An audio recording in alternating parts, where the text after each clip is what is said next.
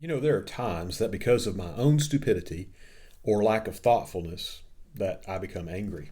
What about you? In Paul's letter to the Ephesians, he says that it's okay to be angry. Furthermore, he reminds the reader that anger must be expressed appropriately, though.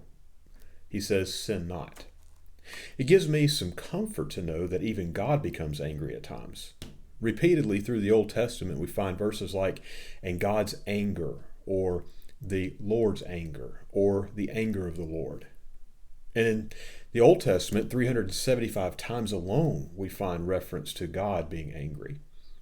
And then add to that, even the Lord Jesus became angry. Do you remember John 2? When Jesus entered the temple and observed that the house of God had become a house of merchandise? Consequently, Jesus made a scourge and drove them all out of the temple. Jesus was angry. So it's okay to be angry. Even God and Jesus were angry at times. However, it's never okay to be angry in sin. While anger is not a sin in and of itself, it can certainly lead us to sin if it's not dealt with properly. It's interesting how Paul concludes Ephesians 4:26. He says, "Let not the sun go down upon your wrath." Well, what does that mean? Are we literally not to let it get dark outside while we're remaining angry? If that's true, what do we do if we're angry while it's already dark outside? Another way of stating what Paul said is, let your wrath or your anger subside quickly. Why? Because anger can quickly turn to hatred toward the object of one's anger.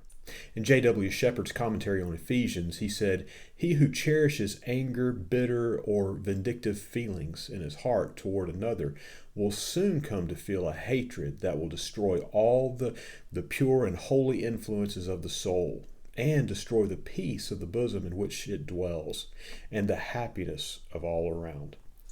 In context, Paul goes on to say, neither give place to the devil, verse 27.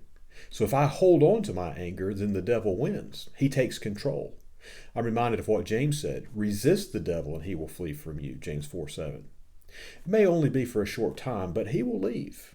So resist the devil because he wants you to dwell with him in spiritual bondage.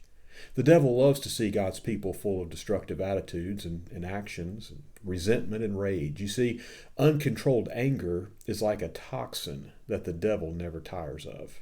So be angry, but don't let your anger turn to sin. May God bless you. Have a wonderful day.